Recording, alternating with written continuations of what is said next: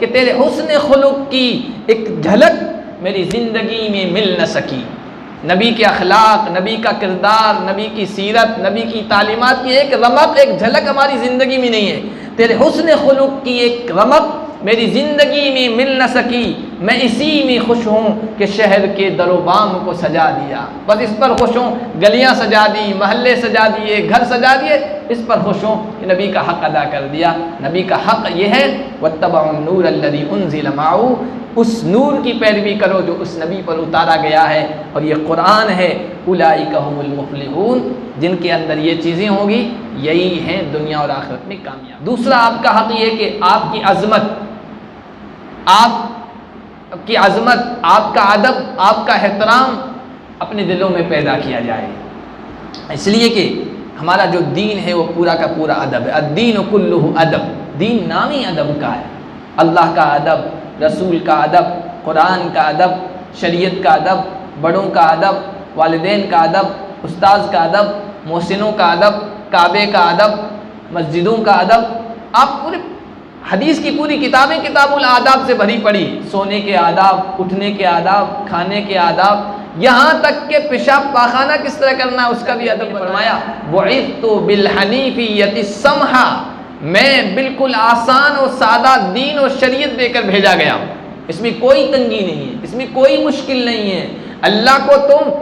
بیوی بچوں کے درمیان رہ کر بھی پا سکتے ہو، کاروبار میں مشغول رہ کر بھی پا سکتے ہو، جائز طریقے سے دنیا کا ڈھیر کما کے بھی تم اللہ کا ولی بن سکتے ہو۔ دین کو اپنانا اور اللہ کو اپنانا اور اللہ کا محبوب بننا کچھ مشکل نہیں ہے، ورنہ یہ کہہ دیا گیا تھا زیادہ سے زیادہ تپسیائیں کرو گے تو ہی اللہ کو پاؤ گے، ورنہ نہیں۔ پھر لوگ سمجھتے تھے یہ تو ہم کر نہیں سکتے، لہذا دنیا ہی میں منہمک رہتے تھے۔ آج کے درس کا آغاز ہم سورہ اعراف کی آیت نمبر 157 سے کر رہے ہیں۔ اس آیت میں اللہ کے آخری نبی حضرت محمد مصطفیٰ صلی اللہ علیہ وسلم کے بارے میں آپ کے فضائل، آپ کے خصائل، آپ کی خوبیاں، آپ کے اوصاف صفات کے بارے میں بتایا گیا ہے۔ پچھلا درس اسی آیت ہی کے سلسلے میں ہوا تھا، اور اس میں اللہ کے نبی کی 2 خوبیاں بیان کی گئی تھی، تقریباً 8 خوبیاں اس میں بیان کی گئی۔ ایک تو یہ بتایا گیا تھا کہ یہ نبی امی ہیں، انہوں نے کسی سے پڑھنا نہیں سیکھا ہے، اور دوسری خوبی یہ تھی کہ اس نبی کا تذکرہ، اس نبی کا ذکر جو پچھلی آسمانی کتابیں ہیں ان میں آیا ہے،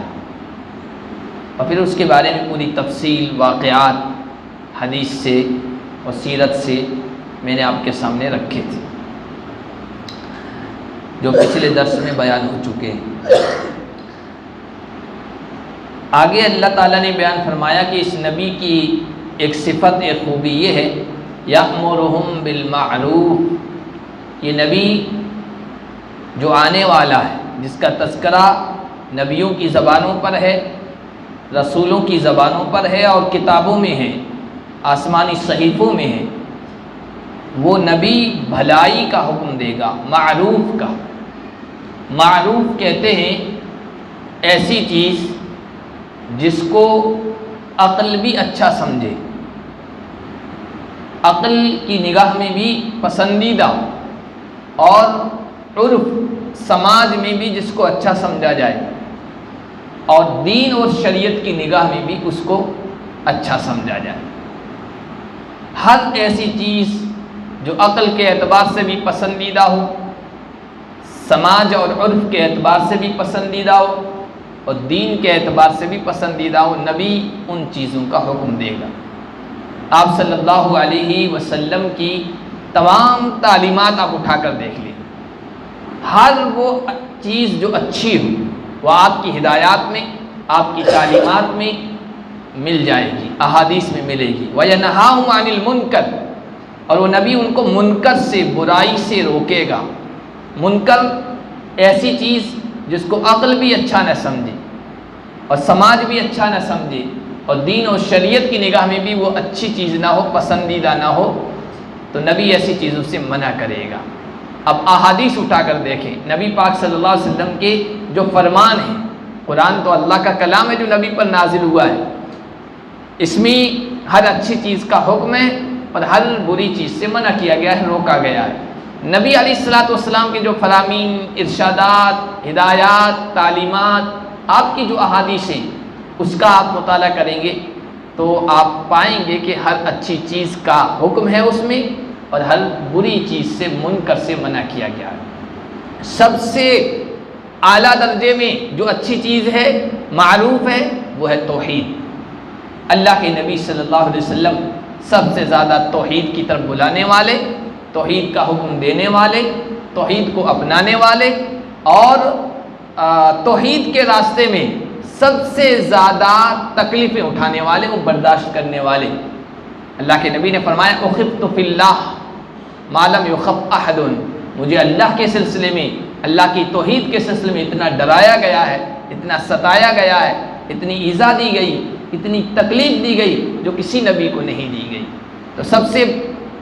اعلیٰ درجے پر، ٹاپ پر، جو معروف میں، بھلائیوں میں، اچھی چیزوں میں، وہ توحید ہے، اور برائیوں میں جو سب سے اوپر ہے وہ ہے شرک۔ اس لیے اللہ کے نبی صلی اللہ علیہ وسلم نے سب سے بڑا منکر، بری چیز شرک ہے، تو نبی پاک صلی اللہ علیہ وسلم نے شرک کی مذمت بیان فرمائی، شرک کو ناپسندیدہ قرار دیا، شرک کے بارے میں وعیدیں سنائی، اور نہ صرف اللہ کے نبی نے بھلائیوں کا حکم دیا اور برائیوں سے روکا ہے، بلکہ اپنی امت کو بھی تاکید کی ہے کہ یہ کرتے رہنا ہے، امر بالمعروف اور نہی عن المنکر کرتے رہنا ہے۔ لَتَأْمُرُنَّ بِالْمَعْرُوفِ وَتَنْهَوْنَ عَنِ الْمُنکَرِ أَوْ لَيُوشِكَنَّ اللَّهُ بِعَذَابٍ مِّنْ عِندِهِ، بھلائیوں کا حکم کرتے رہنا، برائیوں سے روکتے رہنا، اگر یہ دونوں کام چھوڑ دو گے تو پھر قریب ہے کہ اللہ تعالیٰ تمہیں اپنی طرف سے عذاب میں مبتلا کر دے گا، اور اس کا عذاب ایسا ہوگا کہ آ جانے کے بعد ثُمَّ لَتَدْعُنَّهُ، تم اس کو پکارو گے، دعائیں کرو گے، اللہ دعائیں قبول نہیں کرے گا اس چیز کو چھوڑنے کی وجہ سے، بھلائیوں کا حکم نہ کرنے کی وجہ سے اور برائیوں سے نہ روکنے کی وجہ سے۔ قرآن کریم میں ایمان والوں کی صفات ہی یہی بیان فرمائی کہ المؤمنون والمؤمنات بعضهم اولیاء بعض، مومن مرد، مومن عورتیں ایک دوسرے کے قریبی ہیں، ایک دوسرے سے تعلق رکھنے والے، ایک دوسرے کے دوست ہیں۔ ان کی خوبیاں کیا ہیں؟ کئی چیزیں اللہ نے بیان فرمائی۔ سب سے پہلی چیز بیان فرمائی یأمرون بالمعروف وینہون عن المنکر، مومنوں کی خوبی یہ ہے وہ بھلائیوں کی طرف بلاتے ہیں، برائیوں سے روکتے ہیں، نماز قائم کرتے ہیں، زکوٰۃ ادا کرتے ہیں، اللہ اس کے رسول کی اطاعت کرتے ہیں۔ یہ 10ویں پارے میں اللہ تعالیٰ نے اس کو بیان فرمایا۔ وَيُحِلُّ لَهُمُ الطَّيِّبَاتِ، ایک خوبی اللہ کے نبی کی بتائی گئی کہ جو آنے والا نبی ہے جس کا تذکرہ آسمانی کتابوں اور صحیفوں میں ہے، وہ نبی لوگوں کے لیے پاکیزہ چیزوں کو حلال کرے گا۔ وَيُحَرِّمُ عَلَيْهِمُ الْخَبَائِثَ، ایک اور خوبی، خبیث جو چیزیں ہیں، گندی جو چیزیں ہیں، ناجائز ہیں، جو چیزیں حرام ہیں، جن کے انسان کے بدن پر برے اثرات پڑتے ہیں، اخلاق پر برے اثرات پڑتے ہیں، کیریکٹر پر برے اثرات پڑتے ہیں، انسانی زندگی پر جس کے برے اثرات پڑتے ہیں، وہ ان پر حرام قرار دے گا۔ پاکیزہ چیزیں بہت ساری ایسی تھی جو پہلے لوگوں نے اپنے اوپر حرام کر دی تھی، اور بہت ساری خبیث چیزیں، حرام چیزیں ایسی تھی جو لوگوں نے اپنے لیے جائز کر لی تھی، حلال کر لی تھی۔ یحل لہم الطیبات، یہ نبی پاکیزہ چیزوں کو حلال کر دے گا، جیسے 7ویں پارے میں آیا، اس کے علاوہ کئی جگہ پر آیا۔ مشرکوں نے، لوگوں نے اپنے اوپر بہت سارے جانور جو اللہ نے حلال کیے ہیں لیکن حرام کر دیے تھے، بحیرہ، سائبہ، وسیلہ، حام، یہ نام آئے، خاص طرح کے جانور ہوتے تھے، اس کو پھر وہ کہتے تھے یہ بتوں کے نام پہ، یہ فلاں کے نام پہ، اس کا دودھ اب ہم نہیں دوئیں گے، اس کا دودھ ہم استعمال نہیں کریں گے، یہ سب اپنے اوپر حرام کر دیا تھا، اللہ نے نہیں کیا تھا، یہ پاکیزہ چیزیں تھیں، لیکن انہوں نے کہہ دیا کہ یہ فلاں باپو کے نام، یہ فلاں بت کے نام، یہ فلاں استھان کے نام، یہ فلاں قبرستان پر، یہ فلاں مقبرے کے لیے متعین ہے، اب ہم اس کا استعمال نہیں کریں گے۔ جیسے سانڈ چھوڑ دیے جاتے تھے، گائے چھوڑ دی جاتی تھی، اونٹ چھوڑ دیے جاتے تھے، بیل چھوڑ دیے جاتے تھے، آج بھی آپ دیکھیے اب تو ہر جگہ گائے بیل یوں گھوم رہے ہیں، پہلے یوں آزاد نہیں گھومتے تھے، ان کے مالک ہوتے تھے، ان کا قبضے میں کرتے تھے، لیکن بازار میں ایک دو سانڈ ایسے گھومتے تھے، ہر دکان پہ جاتے تھے، لوگ ان کو گڑ کھلاتے تھے، وہ بتوں کے نظر کیے ہوتے تھے۔ تو پاکیزہ چیزیں تھی، انہوں نے اپنے اوپر ان کو حرام قرار دیا۔ نبی نے کہا یہ سب تم نے اپنی طرف سے کیا ہے، اللہ نے یہ چیزیں حلال کی۔ بہت ساری چیزیں ایسی تھی جو جائز ہیں، لیکن لوگوں نے اپنے اوپر حرام کر دی۔ ہم مرغن غذائی نہیں کھائیں گے، گوشت نہیں کھائیں گے، فلاں چیز ہم اپنے اوپر حرام کر دیتے ہیں۔ پچھلی شریعتوں کے ماننے والوں نے ایسا کر لیا تھا۔ وَيُحَرِّمُ عَلَيْهِمُ الْخَبَائِثَ، خبیث چیزیں، گندی چیزیں، شراب، جوا سٹا، رشوت کا مال، سود کا مال، غصب کا مال، چوری کا مال، ڈکیتی کا مال، غلط طریقوں سے کمائی ہوئی آمدنی، یہ سب وہ چیزیں تھیں جو خبائث میں آتی ہیں۔ سود کو جائز قرار دیا، خنزیر، خون، یہ سب انہوں نے اپنے اوپر حلال کر لیا تھا، ان کا استعمال کرنے لگ گئے تھے۔ نبی نے ان گندی چیزوں کو حرام قرار دیا۔ وَيَضَعُ عَنْهُمْ إِصْرَهُمْ وَالْأَغْلَالَ الَّتِي كَانَتْ عَلَيْهِمْ، ایک خوبی بیان فرمائی کہ یہ نبی لوگوں سے ان بوجھوں کو، ان بیڑیوں کو ہٹائے گا، دور کرے گا جو ان پر تھی۔ یہودیت کا آپ مطالعہ کریں، عیسائیوں کے مذہب کا مطالعہ کریں تو آپ کو معلوم ہوگا کہ ان کے مولویوں نے، ان کے پنڈتوں نے، ان کے پروہتوں نے، ان کے پادریوں نے، ان کے ربیوں نے، ان کے مذہبی رہنماؤں نے، ان کے بڑوں نے دین کو، شریعت کو بہت مشکل بنا رکھا تھا۔ اللہ کو راضی کرنا کہتے تھے کوئی آسان کام نہیں ہے، اللہ کو پانا کوئی آسان کام نہیں ہے، اللہ کا ولی بننا کوئی آسان کام نہیں ہے، بہت تپسیائیں کرنی پڑتی ہے، سب کچھ چھوڑنا پڑتا ہے، ساری الجھنوں سے دور رہنا پڑتا ہے، جوگی بن جانا ہے، رہبانیت کو اختیار کر لینا ہے، بھکشو بن جانا ہے، سب کچھ چھوڑ چھاڑ کے جب تک بس اسی کے ہو کر نہیں رہو گے تب تک تم اللہ کو راضی نہیں کر سکتے، اللہ کے قریب نہیں ہو سکتے ہو، اللہ والا نہیں بن سکتے ہو، اللہ کا محبوب نہیں بن سکتے ہو۔ یہودیت میں بھی یہی تھا، عیسائیت میں بھی یہی تھا، اللہ کو راضی کرنا بہت مشکل قرار دے دیا تھا کہ اللہ کو پانا ہے تو پھر کیا کرنا پڑے گا؟ کاروبار سے منہ موڑ لو، دکان چھوڑ دو، کارخانہ چھوڑ دو، فیکٹریوں سے ہاتھ دھو لو، بچوں سے منہ موڑ لو، بیویوں کو چھوڑ دو، زندگی کے جھمیلوں سے الگ ہو کر کسی گفا کو اختیار کر لو، کسی پہاڑ کی غار میں چلے جاؤ، کسی پہاڑ کی چوٹی پہ چڑھے جاؤ، جنگل میں بسیرا کر لو، وہاں جا کر ریاضت کرو، محنتیں کرو، تپسیائیں کرو اور مشقتیں اٹھاؤ گے تو جا کے اللہ والا بنو گے۔ دنیا میں رہ کر تم اللہ والا نہیں بن سکتے ہو۔ قربان جائیں آمینہ کے لال محمد مصطفیٰ صلی اللہ علیہ وسلم پر، بہت آسان دین کو بنایا، اللہ کو پانا آسان کر دیا، ولی اللہ بننا، اللہ کا ولی بننا بہت آسان۔ یہ جو یہودیت میں تھا، یہ جو رہبانیت عیسائیت میں تھی، بہت سارے لوگ ہمارے درمیان بھی ایسی مزاج کے، ایسی سوچ کے پہلے تو بہت ہوتے تھے، اب تو لوگوں میں بہت کچھ سمجھ آ گئی۔ یہ سمجھتے تھے اللہ کا ولی ہم نہیں بن سکتے، اور یہ جب ذہن میں آ جاتا ہے کہ ہم تو اللہ کا قریب، اللہ کا ولی، اللہ کے دوست، اللہ کے محبوب نہیں بن سکے، تو کہتے ہیں جب نہیں بن سکتے تو پھر تو جو چاہو کرو۔ یہی تو ہو رہا ہے دنیا کہ خاص ان کے پنڈت ہیں، پروہت ہیں، مذہبی رہنما ہیں، وہ تو کر رہے ہیں محنت عبادت، لیکن عام لوگوں کی حالت دیکھو آپ، کہہ رہے ہم تو اللہ کو نہیں پا سکتے سب کچھ چھوڑ چھاڑ کر، تو چلو دنیا ہی دنیا، پھر دنیا ہی دنیا ان کی نگاہ میں، بس دن رات دنیا کما رہے، حلال طریقے سے آئے کہ حرام طریقے سے، جائز طریقے سے آئے کہ ناجائز طریقے سے، کسی بھی طریقے سے بس دنیا آنی چاہیے۔ اللہ کو تو ایسے بھی نہیں پا سکتے کیونکہ وہ مشکل کام ہے۔ اللہ کو پانا پھر دیکھیے بڑے بڑے کروڑ پتی مالدار ہیں نا، پھر کاروبار کو چھوڑ دو، پھر چلے جاؤ جینیوں میں آپ دیکھ لو، آپ ہندوؤں میں دیکھ لو، آپ دوسرے مذہب والوں میں، آج بھی وہ طریقہ جسے جوگیانہ پن کہا گیا، رہبانیت کہا گیا قرآن میں، ہمارے یہاں یہ نہیں۔ نبی علیہ الصلوۃ والسلام نے یہ سب بوجھ کی چیزیں تھی لوگوں کے لیے، اللہ کو پانا بڑا مشکل، دین کو اپنانا بڑا مشکل قرار دے دیا تھا، اللہ کے نبی نے بالکل اس کو آسان کر دیا۔ ہمارے یہاں بھی یہ سمجھا جاتا تھا پہلے اللہ کا ولی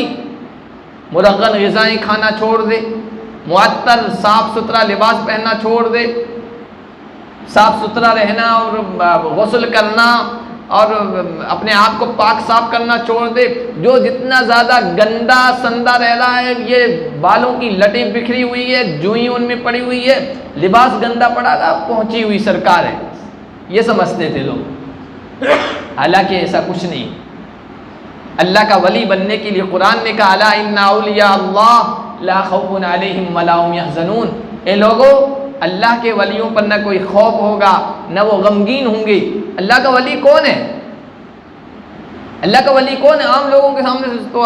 یہی سوچتے ہیں کوئی ہوگا مولوی، کوئی پیر، کوئی فلاں فلاں، کہا نہیں، الذین آمنوا وکانوا یتقون، ہر وہ آدمی اللہ کا ولی ہے جو ایمان لے آیا ہے اور تقوی والی زندگی بسر کر رہا ہے، تقوی والی زندگی بسر کر رہا ہے تو پھر وہ اللہ کا ولی ہے۔ پھر وہ چاہے مزدور ہو یا فیکٹری کا مالک ہو، پھر چاہے حکومت کے عہدے پر بیٹھا ہو یا عوام میں سے کوئی ہو، پھر چاہے وہ مالدار ہو چاہے غریب ہو، پھر چاہے وہ دیہاتی ہو یا شہر کا باشندہ ہو، پھر چاہے وہ پچھڑے ہوئے علاقے میں رہنے والا ہو یا ترقی یافتہ کسی ملک میں رہنے والا ہو، یہ دو صفتیں ہیں وہ اللہ کا ولی۔ پھر چاہے وہ عالم ہو یا عالم نہ ہو، عوام میں سے ہو، وہ اللہ کا ولی۔ اللہ کے نبی صلی اللہ علیہ وسلم نے ان تمام بندشوں کو، ان تمام چیزوں کو جو لوگوں نے، مذہبی رہنماؤں نے بوجھ بنا ڈالا تھا لوگوں کے لیے، ان سب کو ختم کر دیا، دین کو آسان بنا دیا۔ اللہ کے نبی نے فرمایا بعثت بالحنیفیۃ السمحہ، میں بالکل آسان اور سادہ دین اور شریعت دے کر بھیجا گیا ہوں، اس میں کوئی تنگی نہیں ہے، اس میں کوئی مشکل نہیں ہے۔ اللہ کو تم بیوی بچوں کے درمیان رہ کر بھی پا سکتے ہو، کاروبار میں مشغول رہ کر بھی پا سکتے ہو، جائز طریقے سے دنیا کا ڈھیر کما کے بھی تم اللہ کا ولی بن سکتے ہو۔ دین کو اپنانا اور اللہ کو اپنانا اور اللہ کا محبوب بننا کچھ مشکل نہیں ہے، ورنہ یہ کہہ دیا گیا تھا زیادہ سے زیادہ تپسیائیں کرو گے تو ہی اللہ کو پاؤ گے، ورنہ نہیں۔ پھر لوگ سمجھتے تھے یہ تو ہم کر نہیں سکتے، لہذا دنیا ہی میں منہمک رہتے تھے، اللہ کے قریب لے جانے والے راستے کو نہیں اپنایا کرتے تھے۔ اس لیے آپ دیکھیے عیسائیوں کی اور یہودیوں کی اور جو غیر مسلم ہیں اور بہت سارے جو دوسرے لوگ ہیں، مذہب ہیں، ان کے ماننے والوں کے واقعات پڑھیے، کیسے کیسے اپنے آپ کو مشقت میں ڈالا۔ ابھی 5-6 دن پہلے ہی میری نظر سے اخبار کا وہ ایک تراشا گزرا جس میں بتایا گیا کسی ملک میں ایک بہت اونچی چوٹی ہے پہاڑ پر، اس پر کنیسہ بنا ہوا ہے، گرجا گھر عیسائیوں کا بنا ہوا ہے، سارے پادری وہاں جاتے ہیں، تپسیاں کرتے۔ کیوں اتنے اوپر؟ کہ وہ آسمان کے قریب ہے، اللہ کے قریب ہے، اللہ کے قریب ہونا تو اس چوٹی پر چڑھنا پڑے گا، اور پھر وہاں سے وہ رسیوں میں اپنے آپ کو ڈال کر وہ لٹکائے ہوئے ہیں اور وہ ریاضتیں کر رہے ہیں، مشقتیں کر رہے ہیں، تپسیائیں کر رہے ہیں۔ پنڈتوں کو دیکھیے سردی میں اٹھے ہوئے جنگل میں بالکل ننگے ہو کر بیٹھے ہیں، مختلف آسن کر رہے ہیں، مختلف مشقتیں کر رہے ہیں۔ آپ یہاں دیکھیے جینیوں کو دیکھیے کہ بھائی سب کچھ چھوڑ دو، اپنے بالوں کو بھی پہلے والوں کو اکھاڑ لو اور وہ بس لباس پہن لو، پیروں میں جوتے مت پہنو چاہے کچھ بھی ہو جائے۔ یہ رہبانیت ہے، یہ مشقت والی زندگی ہے، یہ ہر کوئی اپنا سکتا ہے؟ نہیں اپنا سکتا ہے، لیکن وہ کہتے ہیں اگر اوپر والے کو پانا ہے، راضی کرنا تو یہ اپنانا پڑے گا، ورنہ نہیں۔ لیکن شریعت نے ایسا کچھ نہیں کہا۔ اللہ کے نبی صلی اللہ علیہ وسلم کے لائے ہوئے دین میں اتنی مشکلات نہیں ہیں۔ دین تو یہ کہتا ہے تم بیوی بچوں کو اپنا کر بھی کاروبار کو اپنا کر بھی، دنیا کو کما کر بھی، مرغن غذائیں کھا کر بھی، بہترین لباس پہن کر بھی، بہترین بستروں پر سو کر بھی اللہ کو پا سکتے ہو۔ ایمان ہے، عقیدہ صحیح ہے، نیک عمل ہے، تقوی والی زندگی ہے، بس تم اللہ کو پا سکتے ہو، کوئی مشکل نہیں۔ تو اللہ کے نبی صلی اللہ علیہ وسلم نے ان سب بندشوں کو، یہ بوجھ تھے انسانیت پر، یہ چیزیں بوجھ تھی، اللہ کے نبی نے ان کو ختم کیا، اور اپنے صحابہ کو بھی یہی حکم دیا کہ دیکھو دین اور شریعت کو مشکل بنا کر عوام کے سامنے مت پیش کرنا، آسان بنا کر پیش کرنا۔ جہاں تک شریعت کوئی آسانی کا پہلو دیتی ہے اس پہلو کو لوگوں کو بتانا کہ ہاں شریعت میں یہ سہولت ہے، یہ آسانی ہے، یہ راستہ ہے، یہ آپشن ہے۔ بعض لوگوں کا مزاج ہوتا ہے بس مشکل سے مشکل مسئلہ اور تنگ سے تنگ راستہ لوگوں کو بتانا کہ نہیں اس میں بالکل کوئی گنجائش نہیں ہے، اور یہ نہیں ہے، اور فلاں نہیں ہے۔ نہیں، نبی علیہ الصلوۃ والسلام نے جب یمن کی طرف اپنے دو صحابہ حضرت معاذ اور حضرت ابو موسیٰ اشعری کو ذمہ دار بنا کر بھیجا تھا، خاص ہدایات دی تھی۔ بخاری شریف میں اور دیگر حدیث کی کتابوں میں روایتیں آئی ہیں، کہا تھا کہ بشرا ولا تنفرا، دونوں جا رہے ہو وہاں جا کر لوگوں کو خوشخبریاں سنانا، وعید کی، ڈرانے کی باتیں سنا کر ان کو دین سے، شریعت سے دور مت کر دینا، ویسرا ولا تعسرا، اور آسانی بتانا، شریعت کی اور دین کی آسانیاں بتانا، مشکلات مت پیدا کرنا۔ جہاں تک بات ہو تو شریعت و دین میں گنجائش ہے، سہولت ہے، آسانی ہے، اور شریعت کا مزاج نہیں بگڑ رہا ہے، شریعت کو بگاڑ نہیں رہے، تو لوگوں کو آسان مسائل بتانے چاہیے، سہولت شریعت کی بتانی چاہیے۔ لوگوں کے ذہن میں یہ ہو کہ ہاں ہم دین کو اپنا سکتے ہیں، ہم شریعت کو اپنا سکتے ہیں، ہم اس دین کو اپنا کر بھی دنیا کما سکتے ہیں، ہم شریعت کے مسائل پر چل کر بھی دنیا میں بھی کامیاب ہو سکتے ہیں اور آخرت میں بھی کامیاب ہو سکتے ہیں۔ شریعت کو، دین کو اس طرح لوگوں کے سامنے پیش کرنا چاہیے۔ تو اللہ کے نبی کی ایک خوبی بیان فرمائی کہ وَيَضَعُ عَنْهُمْ إِصْرَهُمْ وَالْأَغْلَالَ الَّتِي كَانَتْ عَلَيْهِمْ، یہ نبی ان باروں کو، ان بوجھوں کو اور ان بیڑیوں کو لوگوں سے ہٹائیں گے اور دور کریں گے جو لوگوں پر تھے۔ اللہ کے نبی صلی اللہ علیہ وسلم نے ایک موقع پر تقریر فرمائی، واعظ فرمایا، واعظ ایسا فرمایا کہ لوگوں کے دل نرم پڑ گئے، کانپ گئے، آنکھوں سے آنسو بہنے لگے۔ اللہ کے نبی صلی اللہ علیہ وسلم تو بیان کر کے چلے گئے، پیچھے صحابہ نے اثر لیا دل پر، اور کچھ نوجوان صحابہ تھے، انہوں نے کہا اللہ کے نبی کیونکہ آخرت سوار ہو گئی، بیان سن کر، دین کی باتیں سن کر انسان پر آخرت کی فکر سوار ہو جاتی ہے۔ کہنے لگے اللہ کے نبی تو مرحوم ہیں، مغفور ہیں، بخشے بخشائے ہیں، نبیوں کے سردار ہیں، اللہ تعالیٰ کے ہاں تو وہ تو مقبول و محبوب ہیں ہی، ہم لوگ تو دنیا میں پڑے ہوئے ہیں، ہم کیسے کامیاب ہو سکتے ہیں؟ ہمیں تو محنت زیادہ کرنی پڑے گی، عبادت زیادہ کرنی پڑے گی، چلو چلتے ہیں اللہ کے نبی صلی اللہ علیہ وسلم کے پاس، ازواج کے پاس، آپ کی گھر والیوں کے پاس، کیونکہ معمولات، روٹین جو ہے وہ گھر کے افراد کو اچھی طرح سے پتہ ہوتا ہے، ان سے معلوم کرتے ہیں کہ حضور کس طرح عبادت کرتے ہیں۔ ان کا خیال یہ تھا کہ حضور راتوں کو پوری رات جاگتے ہوں گے، قرآن کی تلاوت کرتے ہوں گے اور بہت سارے نیکی کے کام کرتے ہوں گے۔ ازواج مطہرات سے پوچھا، ازواج مطہرات نے حضور کا عمل ان کو بتایا۔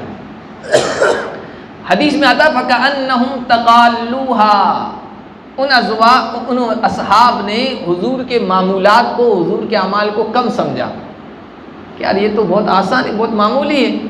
پھر کہنے لگے اللہ کے نبی تو اللہ کے نبی ہیں، وہ کم عمل بھی کریں تب بھی اللہ نے کہہ دیا آپ کے اگلے پچھلے سب معاف ہیں،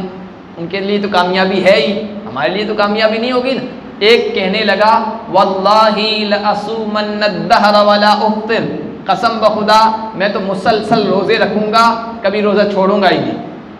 تاکہ اللہ کے یہاں کامیاب ہو جاؤں۔ دوسرا کہنے لگا واللہ لأقومن اللیل، قسم بخدا میں راتوں رات کھڑے رہوں گا، قیام اللیل کروں گا، تہجد پڑھوں گا، سوؤں گا نہیں، تب جا کے اللہ کا محبوب بن پاؤں گا۔ تیسرا کہنے لگا میں تو شادی نہیں کروں گا، شادی کروں گا، بیوی بچے جھمیلے دنیا میں پڑھوں گا، اللہ کو نہیں پا پاؤں گا، اللہ کا محبوب نہیں بن پاؤں گا۔ یہ لوگ چلے گئے۔ ازواج مطہرات جب حضور تشریف لائے تو کہا کہ اس طرح کے نوجوان آئے تھے، انہوں نے آپ کے معمولات بتائے ہم نے، اور انہوں نے ان کو کم سمجھا، پھر انہوں نے یہ باتیں کی آپس میں اللہ کے نبی صلی اللہ علیہ وسلم کسی غلط چیز کو صحابہ میں رواج نہیں دینے دیتے تھے۔ صحابہ کو جمع کر دیا، جمع کرنے کے بعد اللہ کے نبی کا یہ انداز تھا، ٹارگیٹ نہیں کرتے تھے یہ فلاں نوجوان یوں کہہ رہا تھا اور اس میں یہ خرابی نہیں، عام انداز میں سمجھایا کرتے تھے کہ کوئی اپنے اوپر نہ لے اور اپنی غلطی کی بھی اصلاح کر لے۔ یہ حضور کا انداز تھا عام طور پر۔ اللہ کے نبی نے تقریر فرمائی اور پھر کہا کہ کچھ لوگوں کو کیا ہو گیا ہے جو یہ کہتے ہیں ہم رات رات بھر نمازیں پڑھیں گے، کچھ کہتے ہیں کہ ہم بس مسلسل روزے رکھتے چلے جائیں گے، کچھ کہتے ہیں ہم بیوی بچوں والا معاملہ اختیار نہیں کریں گے۔ پھر اللہ کے نبی نے کہا،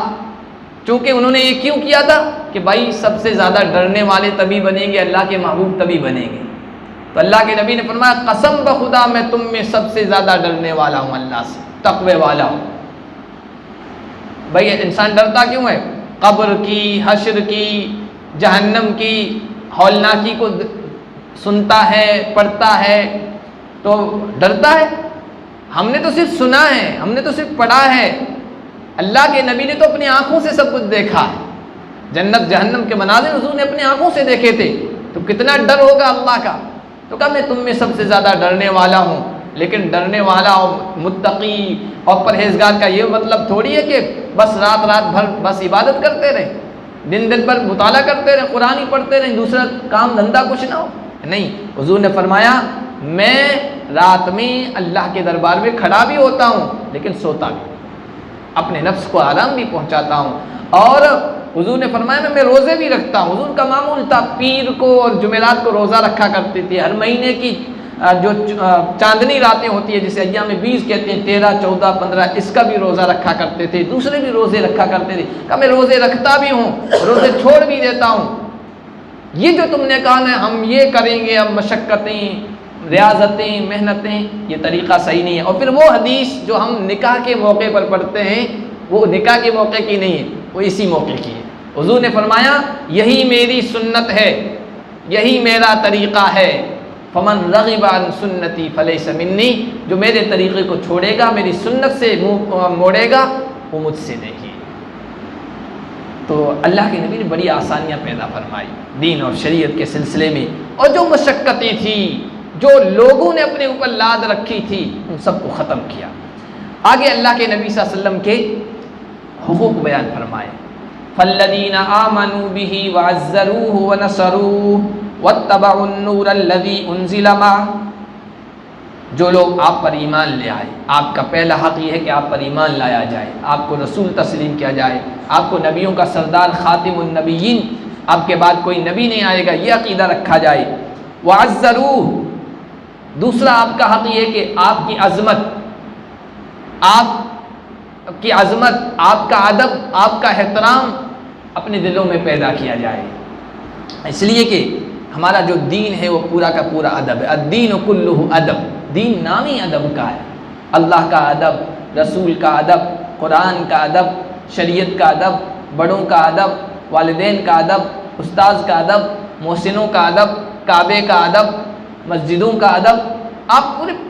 حدیث کی پوری کتابیں کتاب الآداب سے بھری پڑی، سونے کے آداب، اٹھنے کے آداب، کھانے کے آداب، یہاں تک کہ پیشاب پاخانہ کس طرح کرنا ہے اس کا بھی ادب بتایا گیا ہے۔ یہ تو کافر آج بھی میں سنتا ہوں بعض لوگوں کو، غیر مسلموں کو اعتراض کرتے ہیں، طنز کرتے ہیں، کٹاش، ارے یہ کہ بیت الخلاء کس طرف رخ ہونا چاہیے، ان کے یہاں یہ بھی دیکھا جاتا ہے، اور کس ہاتھ سے استنجا کرنا چاہیے یہ بھی بتایا جاتا ہے۔ یہ بھی کوئی چیز ہے کہ حضرت سلمان فارسی سے کہا تھا ایک مشرک نے، بھائی عجیب و غریب ہے تمہارا نبی، تمہارا رسول، ہر چیز تمہیں سکھاتا ہے، یہاں تک کہ استنجا کا طریقہ بھی سکھاتا ہے۔ تو ایسا نہیں کہ انہوں نے یہ محسوس کیا یار یہ تو بہت خراب چیز ہے، کہ نہیں، بڑے فخر سے کہا ہاں ہاں ہمارا نبی وہ ہے جو ماں کی گود سے لے کر قبر کی گود تک تمام آداب ہمیں بتاتا ہے، ہر چیز اس نبی نے سلیقہ سکھایا ہے۔ ادب کا مطلب سلیقہ ہوتا ہے، ہر چیز کا سلیقہ سکھایا ہے، دین نام ہی آداب کا ہے، تو نبی کا بھی ادب، نبی کا احترام، یہ نبی کا حق ہے۔ وَنَصَرُوهُ، تیسرا حق اللہ کے نبی کی مدد کرنا۔ اللہ کے نبی کی مدد یعنی اللہ کے نبی کے لائے ہوئے دین کی، اللہ کے نبی کی لائی ہوئی کتاب کی، قرآن کی مدد، دین کو زندہ کرنے کی محنت، قرآن کے پیغام کو عام کرنے کی محنت، یہ اللہ کے نبی کی مدد کرنا ہے، اور یہ اللہ کی مدد کرنا ہے، یہ اللہ کے نبی کا حق ہے۔ اور مسلمان اپنے اپنے طور پر اس حق کو ادا کر رہے ہیں، لیکن اس حق کو ادا کرنے والے سب سے زیادہ صحابہ کرام تھے۔ حق ادا کر دیا۔ 100 سال نبی پاک صلی اللہ علیہ وسلم کی وفات کے بعد 100 سال کے اندر صحابہ کرام کا جوش تھا، جذبہ تھا اللہ کے نبی کے حقوق ادا کرنے کا، دین کو پھیلانے کا۔ 100 سال کے اندر 3 بر اعظموں تک اللہ کے نبی کے دین کا جھنڈا بلند ہو چکا تھا، اور یہ جذبہ تھا آگے سے آگے تک پہنچانے کا کہ صحابہ کی جماعت جاری، آگے سمندر آ گیا تو ایک صحابی نے اپنے گھوڑے کے اگلے جو کھر ہیں، اگلے پیر، وہ سمندر کے اندر ڈالے، پانی کے اندر، اور پھر کہا اے اللہ تو گواہ رہنا، اگر مجھے معلوم ہو کہ اس سمندر کے اس پار بھی کوئی قوم رہتی ہے، لوگ رہتے ہیں، تو میں وہاں پر بھی تیرے دین کو، تیرے نبی کے دین اور شریعت کو پہنچاؤں گا۔ علامہ اقبال نے اسی کے لیے کہا تھا کہ دشت و دشت ہیں، دریا بھی نہ چھوڑے ہم نے، بحر ظلمات میں دوڑا دیے گھوڑے ہم نے۔ جنگل تو جنگل ہے، صحرا خشکی تو خشکی ہے، سمندروں میں بھی گھوڑے دوڑائے۔ صحابہ کرام نے اللہ کے نبی کی مدد کا حق ادا کر دیا۔ اللہ ہمیں بھی یہ جو حق ہے اللہ کے نبی کا کہ اس کے دین کو، اس کی الہی شریعت کو ہم انسانیت تک پہنچائیں، اس پر عمل کریں، اس حق کو ادا کرنے کی توفیق عطا فرمائے۔ چوتھا حقیقت فرمایا وَاتَّبَعُوا النُّورَ الَّذِي أُنزِلَ مَعَهُ، اس نبی کا حق یہ ہے کہ اس نور کی پیروی کرنا، اتباع کرنا جو اس کے ساتھ اتارا گیا ہے، اور نور سے مراد قرآن ہے۔ قرآن نور ہے، اور جو قرآن سے جڑ جائے گا، قرآن سے اپنا تعلق جوڑ لے گا، وہ بھی نورانی بن جائے گا۔ پھر اس کے ہاتھ نورانی، اس کی آنکھ نورانی، اس کا دماغ نورانی، اس کا جسم نورانی، اس کے اعضاء نورانی۔ جس گھر میں قرآن کی پیروی کی جا رہی ہو وہ گھر نورانی، جس محلے میں قرآن پر عمل کیا جا رہا ہو وہ محلہ نورانی، جس خطے میں قرآن کا راج ہو وہ پورا نور والا بن جائے گا۔ اس لیے قرآن ہے ہی نور۔ تو نبی کی اتباع کرنا، نبی کی پیروی کرنا، یہ اصل حق ہے۔ صرف محبت کا دعویٰ کر دیا جائے، محبت کا دعویٰ، اس پر دلیل یہ ہے کہ فَاتَّبِعُونِی، میری پیروی کرو، میری اتباع کرو، یہ نبی کا حق ہے۔ آج بہت ساری دوسری چیزیں اختیار کی جا رہی ہے، لیکن نبی کی جو اصل پیروی کرنا چاہیے، بات ماننا چاہیے، نبی کی سنتوں پر عمل کرنا چاہیے، نبی کی سنتوں کو زندہ کرنا چاہیے، وہ نہیں۔